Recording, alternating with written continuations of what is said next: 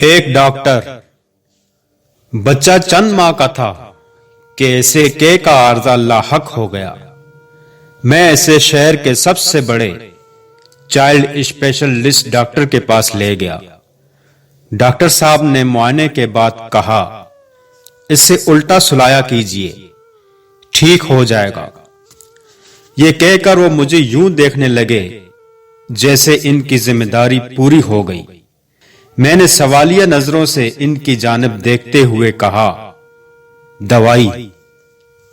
انہوں نے خالی پرچہ میری جانب بڑھاتے ہوئے کہا، کوئی دوائی نہیں، بچوں کو دوا صرف اشد ضرورت کے تحت دی جاتی ہے۔ میں اور ایلیا خالی پرچہ لیے گھر آ گئے اور بچے کی شکایت الٹا سونے سے ٹھیک ہو گئی۔ کچھ عرصے بعد اس کے دانت نکلنے کے دن آئے تو میں ایک بار پھر اسے لے کر ڈاکٹر کی خدمت میں حاضر ہوا اور دانشوری بگاڑتے ہوئے کہا، ڈاکٹر صاحب، یہ تو آپ جانتے ہی ہوں گے کہ بچوں کے جب دانت نکلتے ہیں تو اس کے سبب ان کا پیٹ خراب ہو جاتا ہے، جس سے یہ کمزور ہو جاتے ہیں۔ میں چاہتا ہوں کہ آپ بچے کے لیے کوئی ایسی دوا لکھ دیجئے کہ اس کا پیٹ خراب نہ ہو اور یہ ہٹا کٹا رہے۔ ڈاکٹر اینک کے اوپر سے گھورتے ہوئے میری دانشوری پر حملہ آور ہوئے۔ نہیں، میں بالکل نہیں جانتا کہ دانت نکلنے سے بچوں کا پیٹ خراب ہوتا ہے۔ یہ راز کب دریافت ہوا؟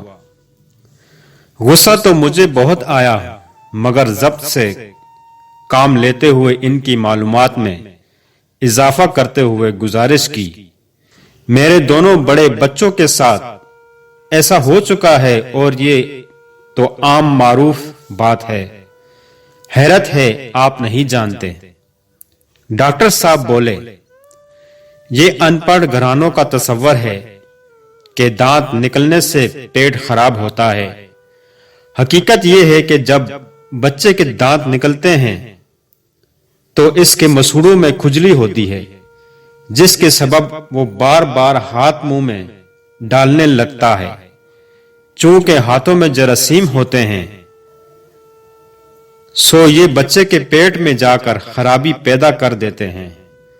حل اس کا یہ ہے کہ بچے کے دانت نکلنے کے ایام میں مناسب وقفے کے ساتھ دن میں 4 بار اس کے ہاتھ صابن سے دھوئے جائیں۔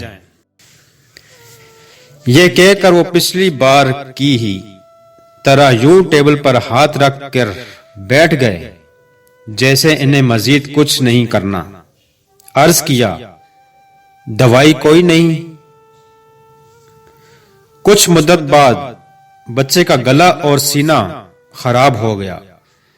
میں اس بار بھی اسے ڈاکٹر کے پاس لے گیا، مگر اس بار ان پڑھ گھرانوں والی ڈوز سے بچنے کی خاطر دانشوری جاڑنے سے مکمل گریز کرتے ہوئے بس اتنا کہا، اس کا گلا اور سینہ خراب ہے۔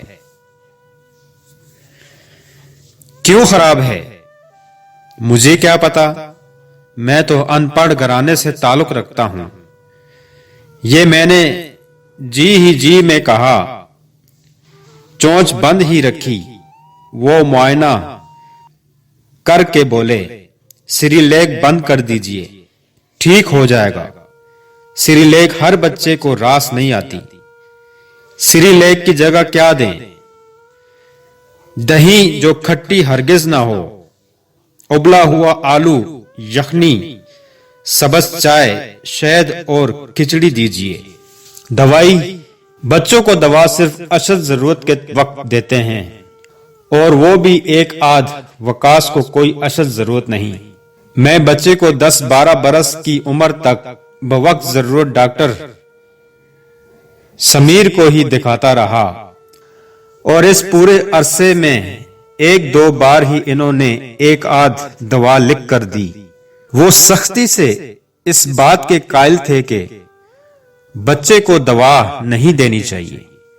آج بھی ان کے لیے دل سے دعا نکلتی ہے کیونکہ وہ ایسے دور میں بچوں کو ادویات سے بچانے کے قائل تھے جس دور میں ڈاکٹر 5 سے 10 دوائیں لکھ کر مریض کو دیتے تھے، لیکن نسخے والے پیٹ کی لو پر ہول شافی پرنٹ کرا کر ثواب دارین کی امید بھی رکھتے ہیں۔